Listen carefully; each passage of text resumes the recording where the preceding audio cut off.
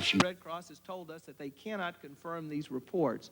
Now, That's not what this says. well, no, it doesn't. Read it again. All right, I'll read the whole thing. Yeah, read the whole thing again. The Red Cross president, Cornelio Samaruga, a Swiss citizen, yes. Thank you, said at a United Nations conference in Geneva last week that all of the ethnic groups fighting in Bosnia and Herzegovina have been cleansing entire regions of members of opposing ethnic groups. Yeah, Quote, and it's in quotations, Mr. Secretary, whole populations are being terrorized, minorities intimidated and harassed, civilians interned on a massive scale, hostages taken and torture. He said deportation and summary executions are right. That seems to me to confirm that they have visited these sites. It says also, and I quote directly, since July 9, Red Cross teams have visited about 4,000 people held in 10 sites. That's correct, and he has not confirmed the report that we are looking into and trying to get the ICRC to be allowed to investigate of whether there have been systematic killings in these camps. I don't question the fact that there have been enormous loss of life in this. The first paragraph and the second, he says they visited the sites. That's correct. And then below that he says, and I quote, civilians interned on a massive scale. I assume he's making reference to the sites he's visited. Hostages taken. I assume he means hostages taken and placed in these sites and tortured. I assume he means hostages taken, placed in these sites and tortured, although I'm not quoting that directly. Isn't that obvious? Yeah, I'm not questioning what Mr. Samaruga said, but the point that was raised repeatedly this morning was whether we could confirm the charge that in these camps run by the Serbian people, Serbian army in Bosnia-Herzegovina, there have been murders of people detained, the Muslims and Croatian people detained in these camps. And I've said the ICRC has told us that they cannot confirm this. We have pressed with the Serbian authorities to allow the ICRC to visit these camps. And perhaps we're talking about a different set of camps, but the ICRC There may be a difference between sites and camps. I don't know. Sites may be areas where people are being held in a store or a house, and camps are camps. I don't know. The Bosnian authorities have told us that there are, I think, 105 of these places. But in any case, we do not in any way question the accuracy of the information that I used to describe the terrible policies, the crimes, if you will, committed by the government of Serbia. But you don't respond to the chairman's inquiry about why not calling Milosevic up as an international war criminal, which he clearly is.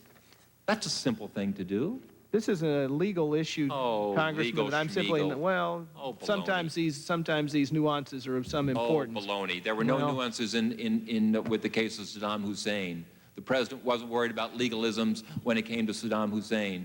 President Reagan wasn't worried about legalisms when it came to a number of countries, including Grenada.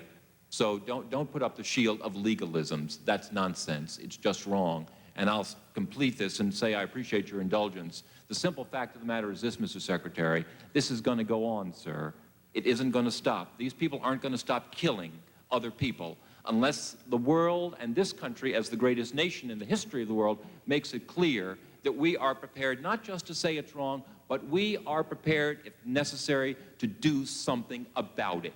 Not to wait for others, but to do something about it. And every day that passes in which we don't do something about it, it will continue. And it won't stop because their economy is in bad shape. It won't stop. And you have not contributed this morning to stopping it. I'm afraid to say quite the contrary. Your testimony this morning has sent a green light to the Serbs that they can continue to get away with this. You've backed off, you've backpedaled, you've been defensive in every single response to all of the questions. And you would have been better off not to come here because you've done more damage than good this morning. Thank you, Mr. Chairman. Mr. Niles, well, you know, you should recognize that there is an outrage in the Congress and there is an outrage in the country in the face of this impotence shown despite the tragedy which is unfolding on our television screens. This doesn't just happen. There are tens of millions of Americans who saw those two little children in the bus being killed. We're as outraged as you, Congressman. Yeah, but you have a power to do something about it, and we are urging you to do something about it, and you find 1,000 excuses to do nothing. Well, Let me talk about diplomatic relations. I simply don't agree with that, but... Well, then why not pursue the war criminal approach? approach. Why not do that? That Look, would send I mean, a signal to the world. At least pursue America would be the- on the right side. I don't see how pursuing that particular approach at this moment would have the slightest impact on the actions of President Milosevic. I'm sorry. I mean, to call President Milosevic a war criminal, what would that do? Do you think he today? is? Pardon? Do you think he is? Doesn't make any difference what I think he is or not. But do you? just, What do you mean it doesn't make any difference? It makes a difference whether the United States of America thinks that this man is a war criminal. We described. Of course it makes I a difference. described. Look, That's the point. You heard Congressman Lantos read the words that I used to describe the policy of the government of Serbia. Is there any doubt But about why what do we you think? back off? Why don't you go ahead and say he's a war criminal? You Won't use- do any harm. Who's going to get after you if you say he's a war criminal? Who's going to jump on you? What impact would it have on him? What useful purpose would be I served think it by would this? send a signal that at least we know. I think it might help Well, a little if bit. he has any doubt as to where we stand, he hasn't been I think when the United States of listening. America calls an international leader a war criminal, I think it makes a difference. I think President Bush brilliantly marshaled and mobilized world opinion against Saddam Hussein. The fact of the matter is that the American people don't. The only thing I disagree with the gentleman from California about is whether the American people care enough about this. The fact of the matter is that in a public opinion poll taken a few days before December 7th, 1941, most Americans thought, quite wrongly, that we ought not to be involved in World War II. President Roosevelt brilliantly led the American people to the conclusion, which was made final when the Japanese bombed Pearl Harbor, that we needed to be involved in that war. President Bush did the same thing, and he did it brilliantly in the case of the Persian Gulf. He led the American people, and he convinced them that this had to be done. He's not doing that in the case of what was Yugoslavia. That's all. That's all. Well, I take exception to that. I believe we have taken a position of leadership, but I'm sorry you don't agree. Secretary, in your statement, prepared statement, you say, we recognize the independence of Slovenia, Croatia, and Bosnia-Herzegovina in April. That's correct. We hope to establish full diplomatic relations with all three and to open embassies in each as soon as the situation permits. Can you review for us what the status of our diplomatic representation is in each of these three republics which we have recognized? Well, we have no diplomatic establishments in either Slovenia or Bosnia-Herzegovina. We have a consulate general in Croatia, which Is of there course was anything to prevent us from establishing an embassy in Slovenia? Is the military situation so threatening? No, there's no, this is a political judgment, Congressman, that would, There is no military reason not to establish an embassy in Ljubljana. No military reason, no security reason What's why the we reason shouldn't, for the delay?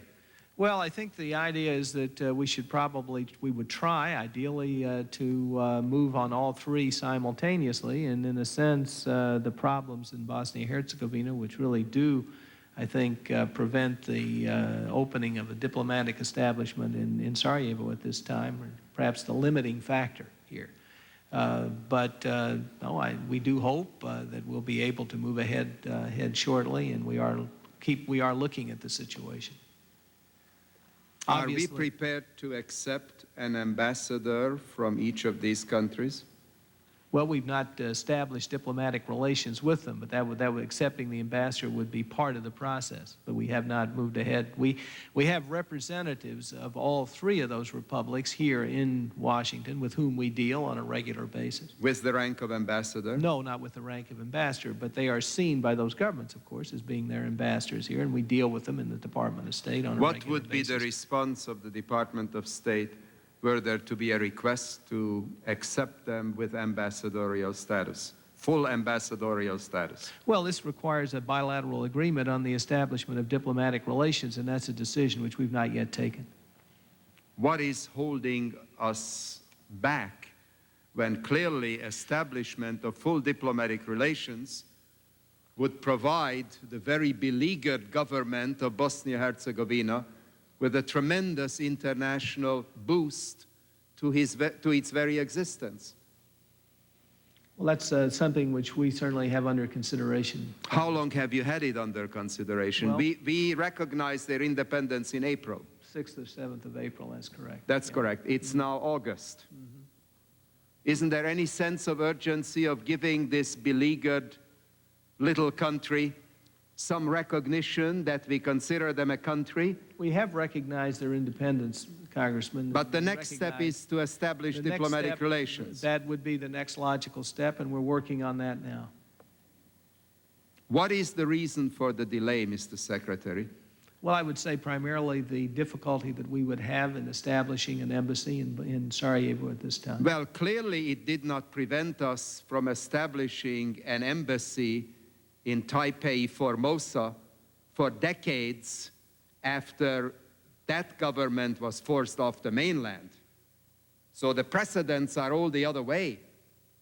I was thinking more of the security situation for our people whom we would send into You are not following me, Sarajevo, Miss. You are not which is- following, Miss Secretary. Well, I think We I am had full following you. diplomatic relations. I am following you. I just, my point about not establishing an embassy in Sarajevo had to do with the security situation in the city due to the attacks by the Serbian forces that are encircling it.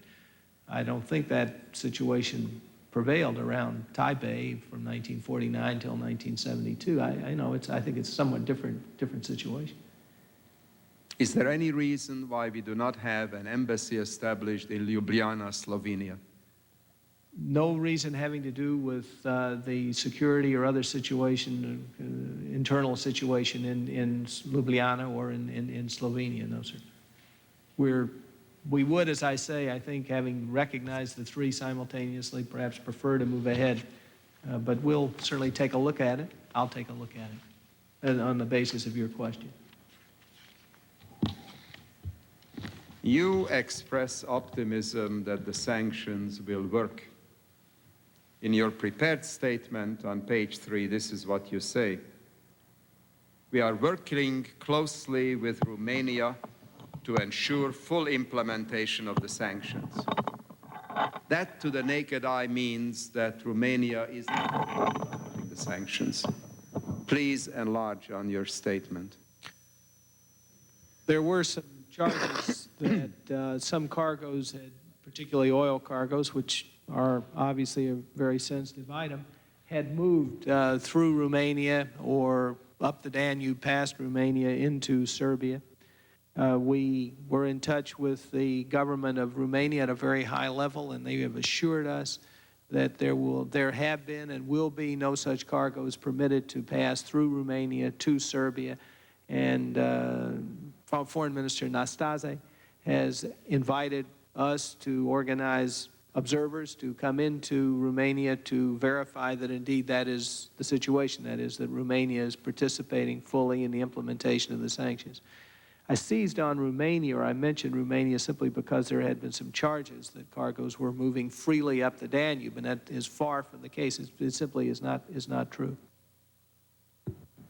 Well, the president, the king of Jordan, has also assured us that there are no movements of goods to Iraq, and of course there were. So the fact that the Romanians give us assurances does not mean that those assurances are valid, does it? Well, certainly not, but our own observations indicate that indeed the Romanian government is cooperating with and implementing the Chapter 7 sanctions against Serbia, Montenegro, and Foreign Minister Nastase invited us and our NATO, NACSI allies and colleagues to send observers to Romania. And we're in the process of organizing such an observer mission to go and check it out. I'd like to ask a couple of questions about the breakup of Czechoslovakia. Yes, sir. What is our policy with respect to that phenomenon? Well, our policy is to respect the decision of the peoples of Czechoslovakia. And if they choose to form two countries, obviously, to respect that decision and seek to develop close and good relations with the two states which might emerge from Czechoslovakia. Not to encourage that development, but if that happens to be the decision of the people and the result of the political process in that country, we would accept it for what it is.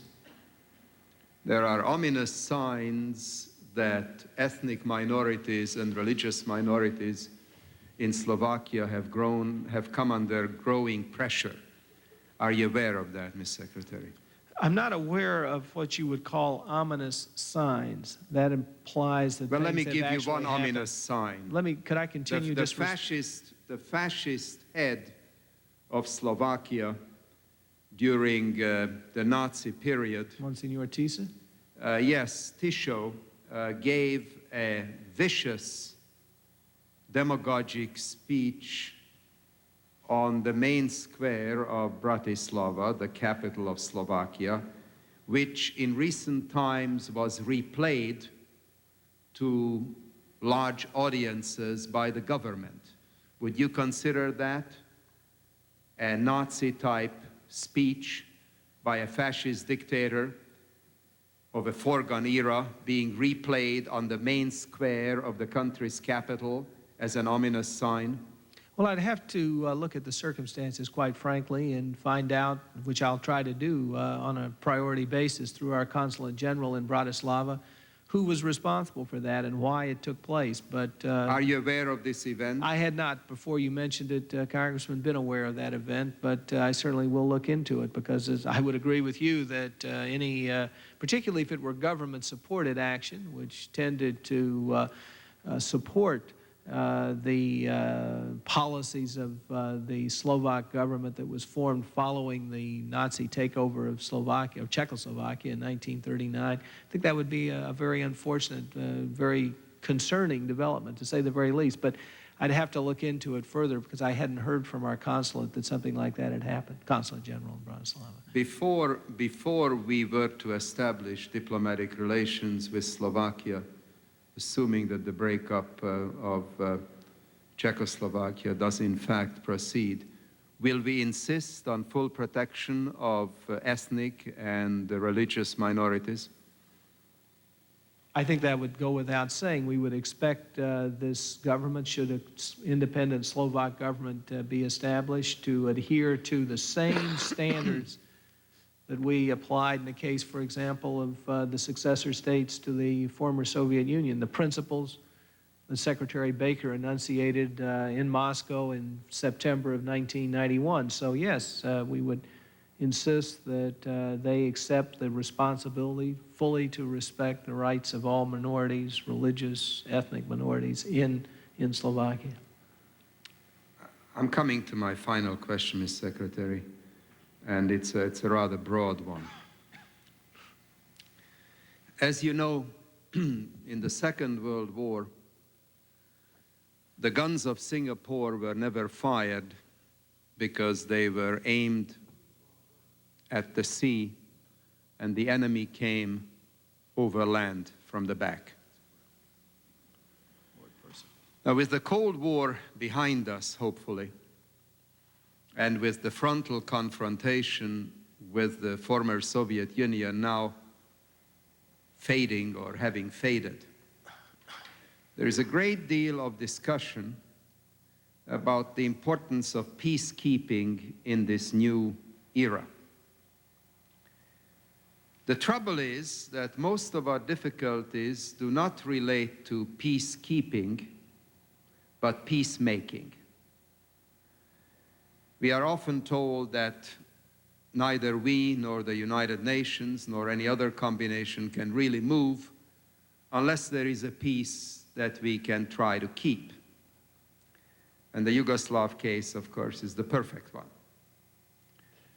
What specific steps is this administration taking so that we will not replay the guns of Singapore, being ready for a giant frontal confrontation with an enemy that doesn't exist, that we are ready for peacekeeping, neither of which seems to be the problem of the day, but that we will gear up with our allies, with the United Nations, for peacemaking efforts. Because clearly this is the tremendous gap in administration policy at the moment. This is what accounted for these very heavy hearings this morning. We find that the administration is unprepared to deal with the job of peacemaking. We might be prepared to deal with peacekeeping, but that's not the task. The task is to make peace in Yugoslavia. What is actively being done by this administration to bring about an international peacemaking apparatus? Well, first, let me say that you do put your finger on a very important question. That is, when you have a conflict, which we, for example, have in Yugoslavia, former Yugoslavia, specifically in Bosnia-Herzegovina, how do you deal with it? When your traditional tool, the United Nations peacekeeping force such as UNPROFOR, which was brought into Croatia, which is performing its tasks well, we believe, not perfectly, but well, really cannot be expected to fight its way into Sarajevo, Tuzla, Gorazde, pick your city. That's a real problem. I don't accept your claim or contention that the administration is not aware of the problem or not trying to deal with it, not working to. Well, what is well, let me the explain. Well, let me administration doing? explain. Well, let me explain to you. I mean, if I can.